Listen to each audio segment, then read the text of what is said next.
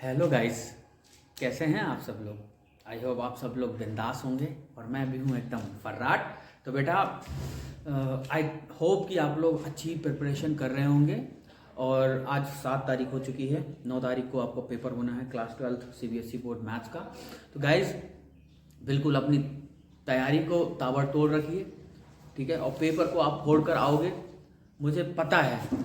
और इसी के साथ मैं आपको एक नए टॉपिक्स की तरफ लिए जा रहा हूँ, और वो टॉपिक कहलाता है एप्लीकेशन ऑफ डेरिवेटिव, ठीक है। एप्लीकेशन ऑफ डिफरेंशिएशन और डेरिवेटिव करने जा रहे हैं, ठीक है।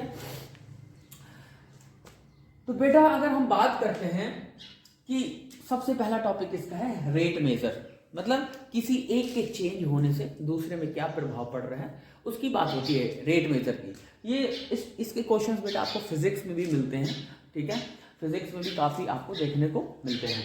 इसमें सबसे इंपॉर्टेंट लाइन मैंने लिखी है एक नोट की कि dy by dx is positive if y increases as x increases. अगर x के बढ़ने से y भी बढ़ रहा है तो सिंपल सी बात है dy by dx क्या होता है बेटा, उसमें पॉजिटिव साइन आता है। क्या आता है? पॉजिटिव।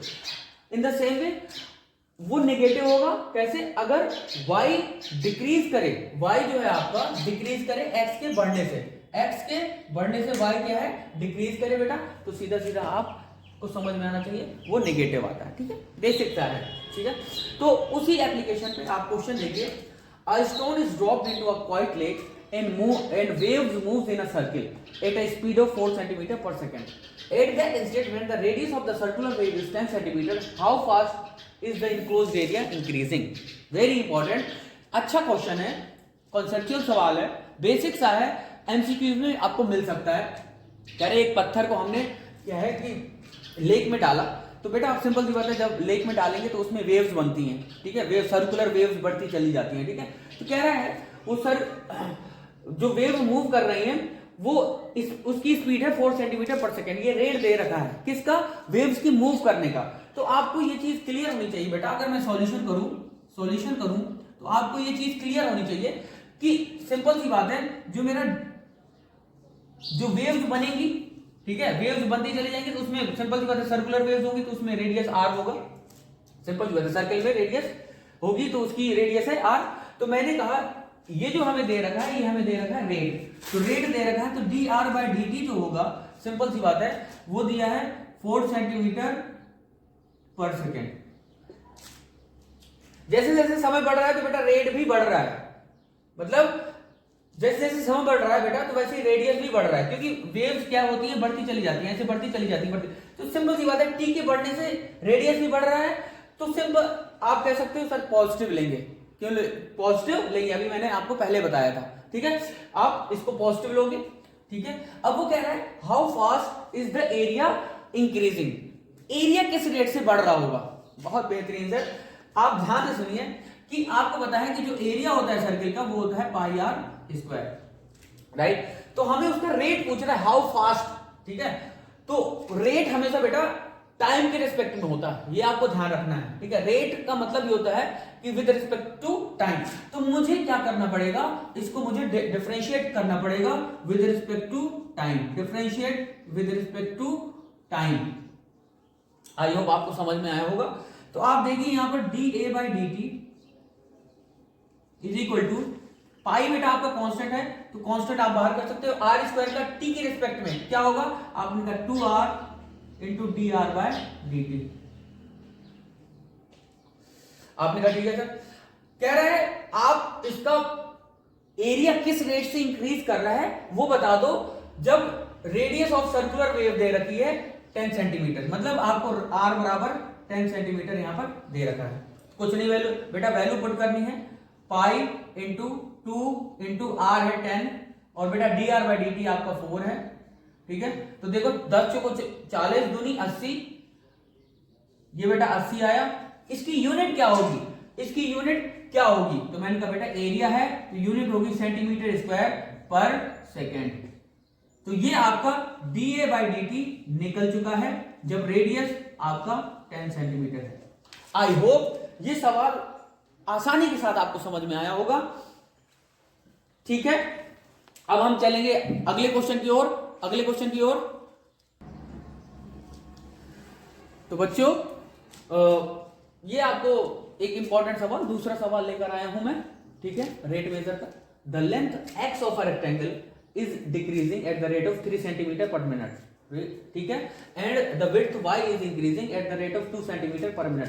कह रहे व्हेन x बराबर 10 सेंटीमीटर एंड y बराबर 6 सेंटीमीटर, तो find the rate of change of perimeter और एरिया ऑफ द रेक्टेंगल। कई बार बोर्ड में पूछा गया सवाल है, ठीक है, इस वजह से मैं लेके आया हूं। आप समझिए इस सवाल को, इस सवाल को समझिए। क्या कह रहा है? कह रहा है लेंथ, सिंपल सी बात है, एक रेक्टेंगल होगा बेटा, एक रेक्टेंगल होगा, तो रेक्टेंगल की लेंथ लेट अस से x है और इसकी विड्थ जो है वो y है। विड्थ क्या है? y है।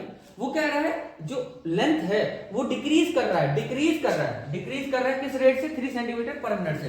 तो सिंपल सी बात है, डिक्रीज कर रहा है, तो डिक्रीज, और जो ये बेटा यूनिट दी होती है, देखिए सेंटीमीटर पर मिनट, मतलब ये रेट को इंडिकेट कर रहा है। किसको? रेट को। मैंने बताया था रेट क्या होता है टाइम के रिस्पेक्ट में, तो नीचे देखिए टाइम की यूनिट आपको मिल रही है मिनट, ठीक है, ध्यान से समझिए। तो आपने कहा सर ठीक है, यहां से मुझे सीधा सीधा जो dx/dt दे रखा है वो दे रखा है 3 सेंटीमीटर पर मिनट। लेकिन क्या ये सर सही है? मैंने कहा बेटा इसमें अभी साइन इंपॉर्टेंट है कि प्लस लगेगा कि माइनस। आप देखो कह रहा है जैसे जैसे समय बढ़ रहा है तो x क्या हो रहा है? डिक्रीज कर रहा है, मतलब कम कर रहा है, इसमें माइनस साइन आएगा बेटा, इसमें माइनस साइन आएगा, राइट? आपने कहा ओके सर, सिंपल सी बात है। और दूसरा क्या है? Width y is increases at the rate of, तो सिंपल सी बात है, जो हमारा dy/dt होगा, dy/dt समय के साथ साथ वो क्या कर रहा है? बढ़ रहा है, तो वो प्लस के साथ ही आ जाएगा। आई होप ये आपको आसानी के साथ समझ में आया होगा, ठीक है, ये हमें गिवन है।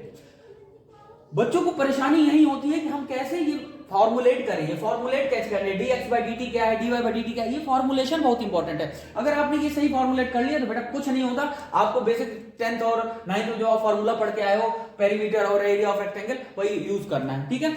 आपने कहा ठीक है सर मुझे समझ में आ रहा है, तो मैंने कहा बेटा सबसे पहले कह रहा है कि वो रेट बता दो कि पेरीमीटर किस रेट से चेंज होगा, पेरीमीटर। तो बेटा पेरीमीटर ऑफ रेक्टेंगल होता क्या है? आपने कहा सर x इंटू, आपने कहा पेरीमीटर सर होता है 2 इंटू एक्स प्लस वाई, होता है ना पेरीमीटर। पेरीमीटर क्या होता है?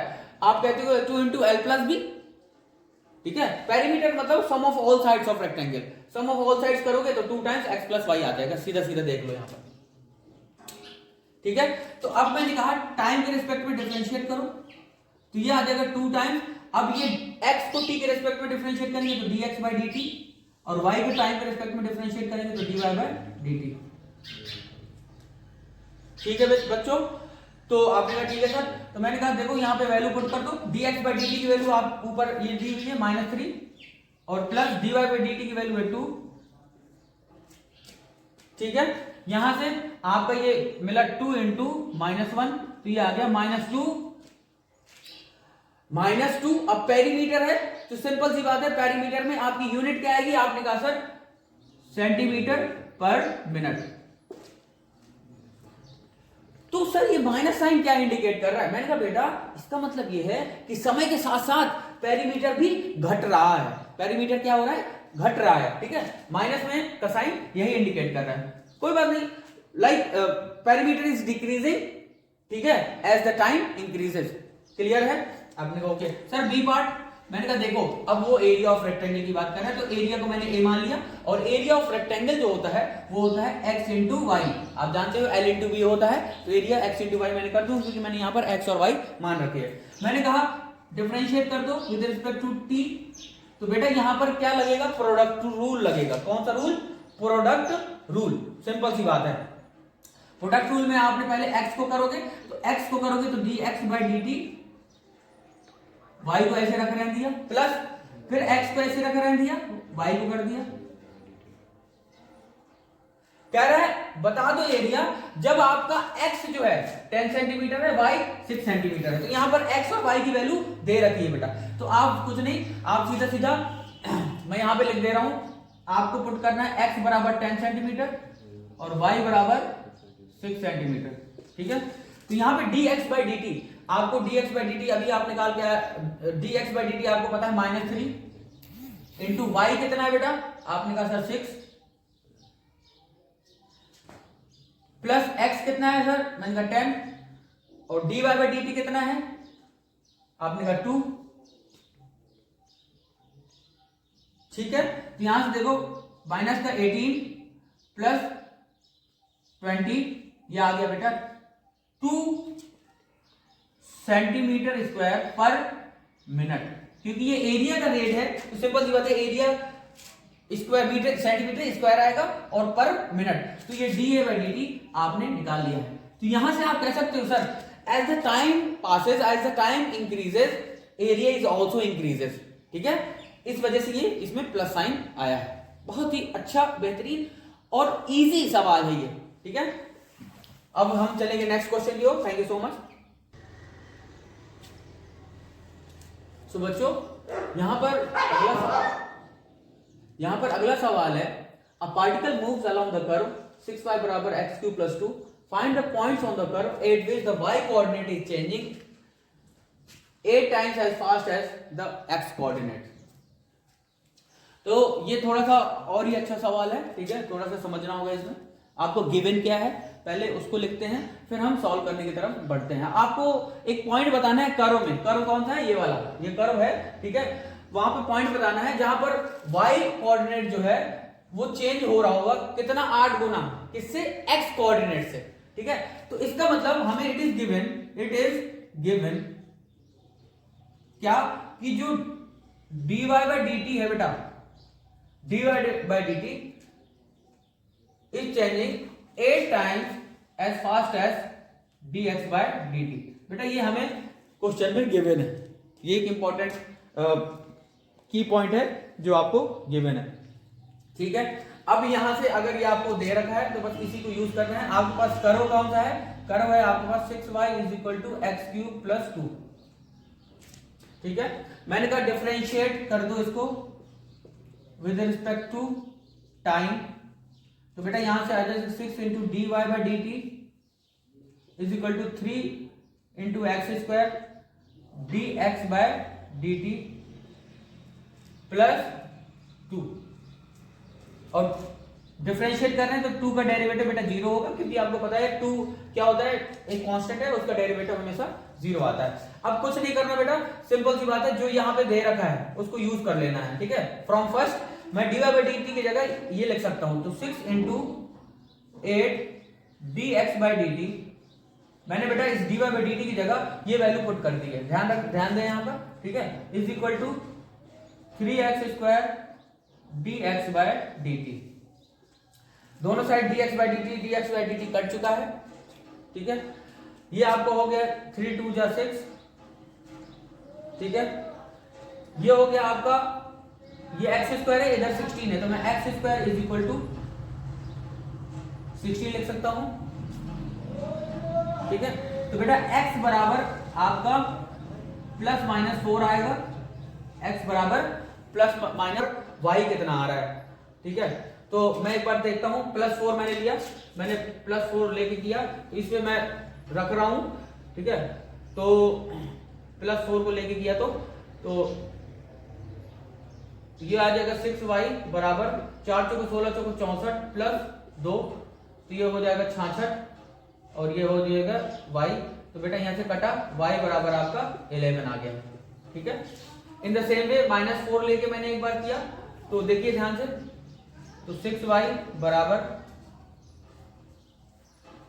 4 चौको 16 चौको 64 माइनस का 64 प्लस 2, बेटा यहां से आया आपका माइनस 62 और ये 6y, तो y बराबर आ जाएगा माइनस 62 अपॉन 6, 2 3 6, 2 कम 2, 2 3 6, तो आपको माइनस 31 अपॉन 3 मिल रहा है, माइनस 31 अपॉन 3 मिल रहा है। ठीक है, तो जो पॉइंट्स होंगे बेटा, जो पॉइंट्स होंगे आपके वो हो जाएगा 4,11 1, माइनस 31 अपॉन 3। ठीक है, आपको ऐसे 2 पॉइंट मिल सकते हैं इस कर्व में। तो आप देख सकते हैं ये एक अच्छा बेहतरीन सवाल है, आपको लास्ट तक इसको करना है और आंसर लाने हैं। ओके बेटा, thank you so much. So guys, फिर से एक अच्छा सवाल, मैंने सब सवाल पिकअप कर रहा हूं एनसीईआरटी और प्रीवियस ईयर्स के क्वेश्चंस मैच करा के।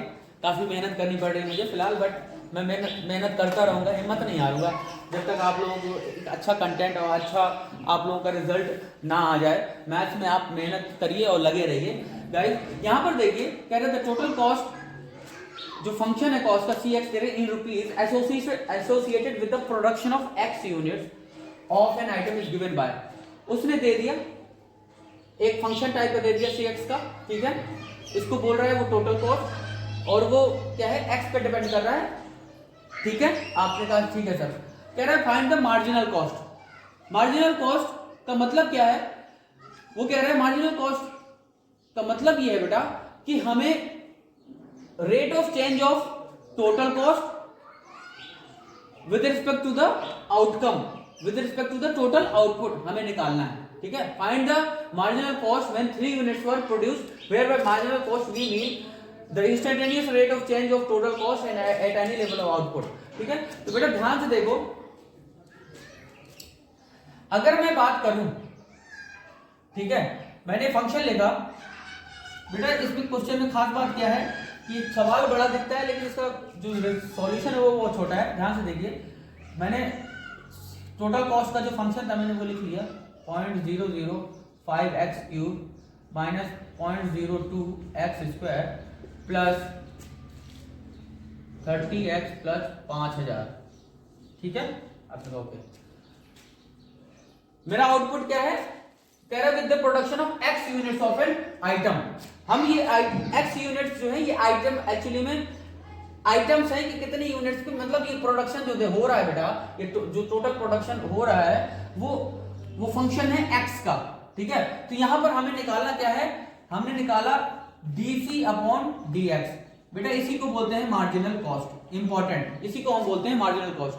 मार्जिनल कॉस्ट क्या होता है, total cost with respect to the output. Output क्या है आपका x, ठीक है, with respect to the output. Output क्या है आपका x। इसको डिफरेंशिएट करिए तो आपका आ जाएगा बेटा यहां से 3x स्क्वायर इंटू 0.005, ठीक है, x के रिस्पेक्ट में ही करना है। अगला है बेटा, आपने कहा सर सिंपल सी बात है, इसका आ जाएगा 2x इंटू 0.02 और यहां से इसका करेंगे तो ये 30 आ जाएगा और इसका 0 हो जाएगा। अब कुछ नहीं करना है, वो कह रहा है आप इसकी मार्जिनल कॉस्ट बता दीजिए जब 3 यूनिट प्रोड्यूस हुई हैं, तो मतलब आपकी जो x है वो कितना है 3 है, तो अब बस आपको x की वैल्यू 3 रख देनी है यहाँ पर, ठीक है। तो 3 इंटू 3 का square 0.005 minus 2 into 3 into 0.02 plus 30। बेटा यहाँ पे देखो 3 3 का 9, 9 3 27 बोले 0.005 माइनस 3 दूनी 6, 3 दूनी 6 दूनी 12, 6 दूनी 12, तो आपने देखा इसका ये आ जाएगा आपका रिजल्ट प्लस 30। इसको देखो तो बेटा देखो यहाँ पे जब हमने इसको मल्टीप्लाई करा है तो इसमें मल्टीप्लाई आपका 0.135 आएगा, फिर माइनस में ये है प्लस 30 ये है, ठीक है। तो आप देखिए इसमें क्या हो रहा है, कैसे कर पा रहे हैं, देखिए ध्यान से। तो मैंने क्या किया, पहले मैं ऐड करे ले रहा हूं 30 प्लस 0.135, ये 30.135 हो गया। अब इससे सब्ट्रैक्ट कराया मैंने 0.120, तो बेटा ये आ जाएगा 5, ये आ जाएगा 1, ये आ जाएगा 0 और ये आ जाएगा आपका 30। तो बेटा इसको अगर मैं सॉल्व करूंगा तो मेरा आ जाएगा 30.015। ये मेरा क्या है, मार्जिनल कॉस्ट है जब मैंने 3 यूनिट प्रोड्यूस करे हैं। तो ये बेटा रुपीज में आंसर आएगा, मार्जिनल कॉस्ट आपने निकाल दिया है, ठीक है। तो आई होप ये आपको सवाल समझ में आया होगा। कुछ नहीं, आपको डेरिवेटिव करना था x के रिस्पेक्ट में और x बराबर 3 पुट कर देना था, आंसर आ जाता है, ठीक है। Thank you so much. तो गाइस रेट मिल जाता है, ये मैं लास्ट सवाल लेकर आया हूँ। कह रहे the total revenue in rupees received from the sale of x units of a product is given by rx is equal to this, find the marginal revenue when x is equal to 5, whereby the marginal revenue we mean the rate of change of total revenue with respect to the number of items sold at an instant, ठीक है। क्या कह रहा है, कह रहा है कि आपको मार्जिनल रेवेन्यू निकालना है। Marginal revenue. बेटा आपका मार्जिनल रेवेन्यू जो होता है, मार्जिनल रेवेन्यू जो होता है वो अपने आप बोल रहा है कि वो क्या होता है, वो होता है अगर आप इसको जो करते हो, मार्जिनल रेवेन्यू जो होता है वो होता है d of r x upon d x, सीधा सीधा, क्योंकि उसने दे रखा है कि मार्जिनल रेवेन्यू का उसका मतलब है rate of change of total revenue. Total revenue आपका क्या है, ये दे रखा है, तो टोटल रेवेन्यू का फंक्शन दे रखा है, ठीक है, with respect to the number of items sold. Item sold आपको पता है सेल ऑफ एक्स यूनिट्स यहाँ पे दे रखा है, तो उसके रिस्पेक्ट में आपको इसको डिफरेंशिएट करना पड़ेगा। तो देखिए ध्यान से क्या दे रखा है आपको, फंक्शन है आपका, आपको डिफरेंशिएट करना है 3x² प्लस 36x प्लस 5, किसके रिस्पेक्ट में, x के रिस्पेक्ट में, ठीक है। तो x के रिस्पेक्ट में आपको करना है, तो ये हो जाएगा 3 दूनी 6x प्लस 36, राइट। आपने डिफरेंशिएट कर दिया, 5 तो 0 आएगा, आपको क्लियर होना चाहिए। लेकिन हमें कह रहा है कि रेवेन्यू, मार्जिनल रेवेन्यू बताइए जब x बराबर 5 है, तो बेटा मार्जिनल रेवेन्यू जब x बराबर 5 है, रख दो 5, तो ये बेटा हो गया,